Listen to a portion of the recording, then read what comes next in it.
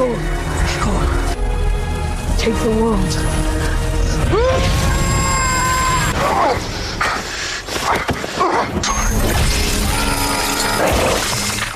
Turning this on, going thing. दोस्तों, कहानी की शुरुआत होती है एक शांत और सुनसान गांव से, जहां एक छोटा सा फार्म हाउस है और वहीं रहते हैं काइल और उसकी पत्नी टोरी। दोनों की शादी को कई साल बीत चुके हैं, लेकिन उनकी जिंदगी में एक खालीपन है। उनके पास कोई बच्चा नहीं है।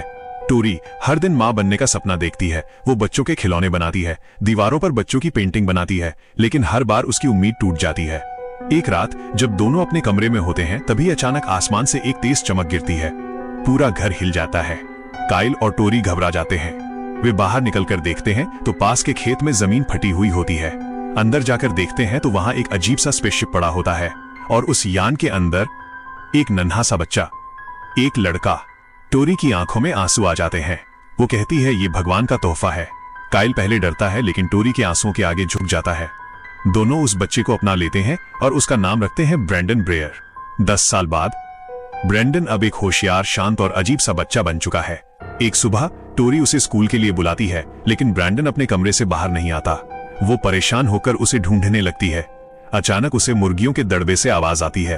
वो वहां जाती है और देखती है कि ब्रेंडन मुर्गियों के बीच बैठा है। चारों तरफ नुकीली चीजें हैं। टोरी डर जाती है। वो ब्रेंडन को समझाती है कि यह जगह खतरनाक है।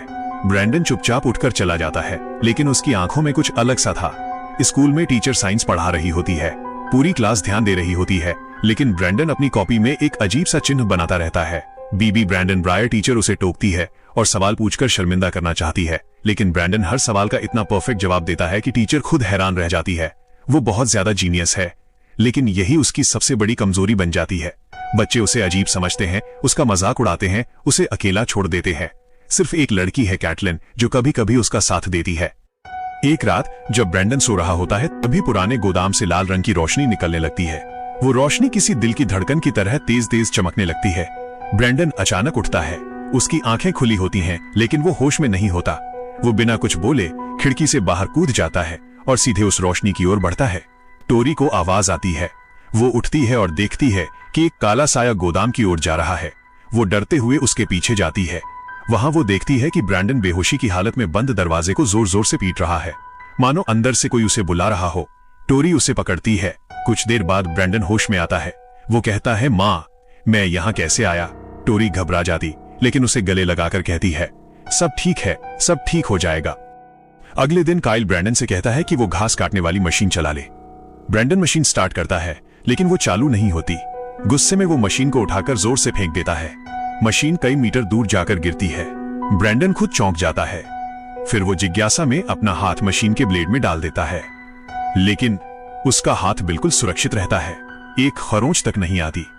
ब्रेंडन पहली बार समझता है वो नॉर्मल नहीं है। 2 साल बाद ब्रेंडन 12 साल का हो जाता है। उसका जन्मदिन मनाया जाता है। उसके मामा नोआ उसे शिकार की बंदूक गिफ्ट करते हैं। काइल को ये पसंद नहीं आता। यही पहली बार ब्रेंडन गुस्सा दिखाता है। घर लौटकर काइल नाराज होता है, लेकिन टोरी कहती है, ये उम्र का असर है। पर धीरे धीरे ब्रेंडन का व्यवहार अजीब होता जाता है। वो कांटे चबाने लगता है। उसके कमरे में अश्लील मैगजीन और इंसानों के अंगों की तस्वीरें मिलती हैं। यहीं से ब्रेंडन के अंदर कुछ बदलने लगता है। एक अंधेरी, खतरनाक ताकत धीरे धीरे जाग रही होती है। ये सब एक बच्चे के लिए नॉर्मल नहीं था। यहीं से कहानी एक खतरनाक मोड़ लेने लगती है। कैंपिंग के दौरान काइल अपने बेटे को समझाने की कोशिश करता है। वो उसे बताता है कि किशोर उम्र में लड़कियों के लिए भावनाएं जगने लगती हैं, लेकिन ब्रेंडन इस बात को गलत समझ लेता है। उसी रात वो चुपके से कैटलिन के घर पहुंच जाता है। खिड़की से अंदर घुसता है और उसके कमरे में आ जाता है। वो मासूमियत में कहता है, मेरे पापा ने कहा है कि मुझे किसी लड़की को चुनना होगा। कैटलिन डर जाती है। वो चीखने लगती है और अपनी माँ को बुलाती है। घबराया हुआ ब्रेंडन वहां से भाग जाता है। अब कैटलिन उससे पूरी तरह डरने लगती है। स्कूल में ब्रेंडन फिर से अपने सुपर हीरो की ड्राइंग बनाता है, लाल मास्क वाला एक किरदार। उधर टोरी कैटलिन की माँ एरिका से मिलती है। एरिका बताती है कि ब्रेंडन ने उसकी बेटी को डरा दिया है। टोरी समझाने की कोशिश करती है कि ब्रेंडन प्यूबर्टी से गुजर रहा है। वह भरोसा दिलाती है कि सब ठीक हो जाएगा। एक रात काइल गोदाम में बंदूक रखने जाता है। तभी वो सुनता है मुर्गियों के दड़बे से आवाजें। वो देखता है ब्रेंडन वहां खड़ा है। काइल उसे डांटता है, लेकिन ब्रेंडन बिना कुछ बोले चला जाता है। कुछ देर बाद काइल फिर आवाज सुनकर उठता है। इस बार वो जो देखता है वो रूह कपा देने वाला होता है। पूरा दड़बा लहूलुहान मुर्गियों से भरा होता है। सभी मुर्गियां बुरी तरह मरी होती हैं। काइल समझ जाता है ये किसी जानवर का काम नहीं है, ये ब्रैंडन का काम है। अगले दिन स्कूल में खेल के दौरान कैटलिन जानबूझकर ब्रैंडन से दूर रहती है। ब्रैंडन गिर जाता है। टीचर कैटलिन से माफी मांगने को कहते हैं, लेकिन कैटलिन उसे अजीब और डरावना कह देती है। ब्रैंडन का चेहरा बदल जाता है। जब कैटलिन हाथ बढ़ाती है तो ब्रैंडन उसका हाथ मरोड़ देता है। एक झटके में उसकी बांह टूट जाती है। पूरा मैदान सन रह जाता है। कैटलिन की मां गुस्से में कहती है, ये लड़का जानवर है, इसे जेल में डालो। लेकिन ब्रैंडन नाबालिग होता है, इसलिए उसे सिर्फ सस्पेंड किया जाता है और काउंसलिंग में भेजा जाता है। दिलचस्प बात यह होती है कि ब्रैंडन की काउंसलर कोई और नहीं बल्कि उसकी अपनी चाची मेरी होती है। इसके बाद काइल और टोरी ब्रैंडन को घर ले जाते हैं।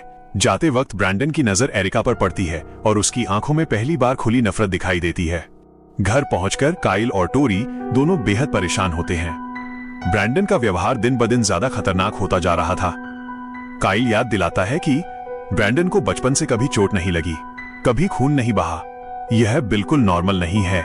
एक थकाने वाले दिन के बाद तीनों सो जाते हैं, लेकिन उसी रात ब्रैंडन फिर से उसी रहस्यमयी ट्रांस में चला जाता है और सीधे खलिहान की ओर बढ़ता है। इस बार उसकी ताकत और बढ़ चुकी होती है। वो जोर लगाकर खलिहान का दरवाजा तोड़ देता है। दरवाजे की तेज आवाज से टोरी की नींद खुल जाती है।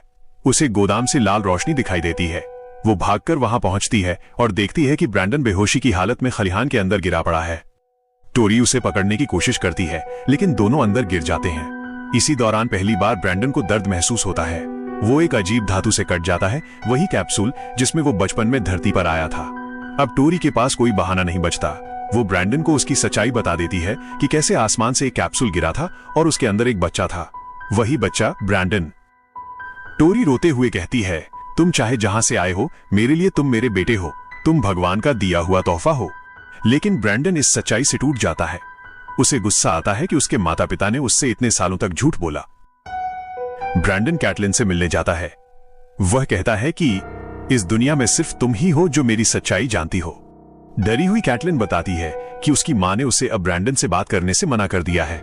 ये सुनकर ब्रैंडन का गुस्सा और बढ़ जाता है, खासकर एरिका के लिए। उधर जिस रेस्टोरेंट में एरिका काम करती है, वहां अचानक लाइटें झपकने लगती हैं। खिड़कियों पर वही रहस्यमयी बीबी का निशान उभर आता है। अचानक तेज रोशनी उसकी आंखों पर पड़ती है। एरिका भागने की कोशिश करती है, लेकिन कोई अदृश्य ताकत उसका पीछा करती है और कुछ ही पलों में एरिका की मौत हो जाती है। सुबह शेरिफ इस केस की जांच करता है। रेस्टोरेंट में सब कुछ बिखरा होता है, लेकिन कोई कीमती सामान गायब नहीं होता। शेरिफ को खिड़की पर वही अजीब बीबी का निशान मिलता है। इधर ब्रैंडन काउंसलिंग के लिए अपनी चाची मेरी के पास जाता है। मेरी साफ देख लेती है कि ब्रैंडन के अंदर कोई पछतावा नहीं है। डरकर वो कहती है, अगर तुम नहीं सुधरे तो मुझे पुलिस को सब बताना पड़ेगा। उसी रात ब्रैंडन मेरी के घर पहुंच जाता है। वो उसे धमकाता है कि वो पुलिस को कुछ न बताए। मेरी उसे डांटकर घर भेज देती है, लेकिन जब वो सो जाती है, ब्रैंडन वापस आता है उसे मारने के इरादे से। तभी उसके पति नोआ घर लौट आते हैं। उन्हें शक होता है। जब वो अलमारी खोलते हैं तो अंदर छिपा हुआ मिलता है ब्रैंडन। नोआ गुस्से में उसे घर छोड़ने ले जाते हैं, लेकिन बाहर निकलते ही ब्रैंडन उन पर हमला कर देता है। वो नोआ की आंख पर वार करता है। नोआ कार में भागने की कोशिश करता है, लेकिन ब्रैंडन उसका पीछा करता है और अंत में नोआ को भी मार देता है। वहां भी वही निशान छोड़ देता है, बीबी। घर पर काइल और टोरी परेशान होते हैं क्योंकि ब्रैंडन कई घंटों से गायब रहता है। कुछ देर बाद ब्रैंडन बिना कपड़ों के लौटता है। वो झूठ बोलता है कि उसके कपड़े खेलते वक्त गंदे हो गए थे। काइल समझ जाता है कि ब्रैंडन झूठ बोल रहा है। फिर फोन आता है। मेरी बताती है कि नोआ की एक्सीडेंट में मौत हो गई है। अगली सुबह जब ब्रैंडन को यह बताया जाता है तो उसके चेहरे पर कोई दुख नहीं होता। काइल उसके कपड़े खोजता है और एक टी शर्ट पर खून के दाग देख लेता है। अब उसे पूरा यकीन हो जाता है कि नोआ को ब्रैंडन ने मारा है, लेकिन टोरी मानने को तैयार नहीं होती। दोनों के बीच भयानक झगड़ा होता है। आखिरकार काइल माफी मांगता है और तय करता है कि वो अगले दिन ब्रैंडन को जंगल ले जाएगा ताकि पिता पुत्र का रिश्ता सुधर सके। उधर शेरिफ को तीनों घटनाओं में एक ही निशान मिलता है, बीबी। अब कहानी अपने सबसे खतरनाक मोड़ की ओर बढ़ चुकी होती है। सुबह होते ही केल अपने बेटे ब्रैंडन को शिकार पर जंगल ले जाता है, जबकि टोरी घर पर अकेली रह जाती है। जंगल के अंदर एक सुनसान जगह पर पहुंचते ही केल के मन में एक खौफनाक फैसला जन्म लेता है।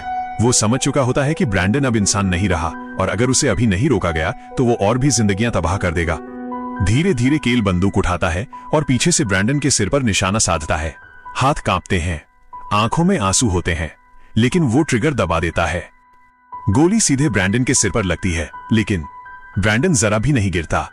वह पलटकर अपने पिता की ओर देखता है। उसकी आंखों में दर्द नहीं, बल्कि एक गहरा विश्वासघात झलकता है। धीमी आवाज में वो कहता है, तुम भी मुझे मारना चाहते थे? और अगले ही पल उसकी आंखों से लाल रोशनी फूट पड़ती है। एक तेज लेजर बीम निकलती है और केल को जला डालती है। पल भर में ब्रैंडन अपने ही पिता की जान ले लेता है। दूसरी ओर शेरिफ टोरी से मिलने आता है और उससे कुछ रहस्यमय बीबी चिन्ह दिखाता है जो हाल की सभी घटनाओं में मिले थे। टोरी बेचैन हो जाती है और गुस्से में शेरिफ को घर छोड़ने के लिए कह देती है। शेरिफ के जाते ही टोरी भागकर ब्रैंडन के कमरे में जाती है।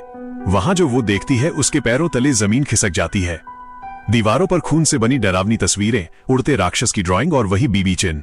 अब उसे सब समझ में आ जाता है। वो घबराकर अपने पति को फोन करती है, लेकिन फोन उठाने वाला कोई और होता है। दूसरी तरफ से आवाज आती है, मैं घर आ रहा हूं मां। वो ब्रैंडन की आवाज होती है। टोरी पूरी तरह टूट जाती है। वो तुरंत शेरिफ को दोबारा फोन करती है और मदद के लिए बुलाती है, लेकिन जब शेरिफ घर पहुंचता है तो पूरा घर पहले ही तबाही में बदल चुका होता है। अगले ही पल ब्रैंडन शेरिफ पर हमला करता है, उसे दीवार से चिपका देता है और बेरहमी से उसकी जान ले लेता है। यहां तक कि महिला डिप्टी भी उसकी क्रूरता से बच नहीं पाती। पूरा घर खून और मलबे से भर जाता है। अब टोरी जान जाती है कि ब्रैंडन को रोकने का सिर्फ एक ही तरीका है। वह भागकर पुराने खलिहान में जाती है। वहां उसे वही कैप्सूल मिलता है जिससे ब्रैंडन बचपन में धरती पर आया था। उसे एहसास होता है यही एकमात्र चीज है जो ब्रैंडन को चोट पहुंचा सकती है। वो ब्रैंडन को वहां बुलाती है। जब ब्रैंडन आता है तो टोरी वहां एरिका की लाश भी देखती है, जिसका पेट फटा हुआ होता है और अंदर के अंग गायब होते हैं। टोरी कांपते हुए ब्रैंडन के पास जाती है और रोते हुए कहती है, तुम मेरे लिए भगवान का तोहफा थे। तुम आसमान से धरती पर गिरे एक चमत्कार हो। ब्रैंडन की आंखें भर आती हैं। वो कहता है, मां, मैं अच्छा बनना चाहता था। मैं सच में अच्छा बनना चाहता था। दोनों एक दूसरे को गले लगाते हैं। टोरी को लगता है कि उसका बेटा वापस आ गया है, लेकिन उसी पल वो कैप्सूल के नुकीले टुकड़े से ब्रैंडन पर वार करने की कोशिश करती है। ब्रैंडन चीख उठता है। वो समझ जाता है उसे फिर धोखा मिला है। उसकी आंखों में फिर से लाल आग जल उठती है। वो टोरी को उठाकर आसमान में बहुत ऊपर ले जाता है और फिर उसे नीचे गिरा देता है। टोरी की वहीं मौत हो जाती है। इसके बाद ब्रैंडन आसमान में उड़ते एक विमान को देखता है। वो जानबूझकर उसे नीचे गिरा देता है। विमान सीधे उसके घर पर आकर गिरता है। सभी यात्री मारे जाते हैं। खबरों में इसे एक भयानक विमान दुर्घटना बताया जाता है। इस हादसे में सिर्फ एक ही इंसान बचता है, ब्रैंडन ब्रेयर। दुनिया उसे एक चमत्कार मानती है, लेकिन सच्चाई यह है धरती पर एक नया राक्षस जन्म ले चुका है और यहीं पर यह डरावनी कहानी खत्म हो जाती है। धन्यवाद दोस्तों देखने के लिए। उम्मीद है आपको ये कहानी पसंद आई होगी। ऐसी ही और दिलचस्प फिल्म कहानियों के लिए सिने एक्सप्लेन के साथ बने रहिए।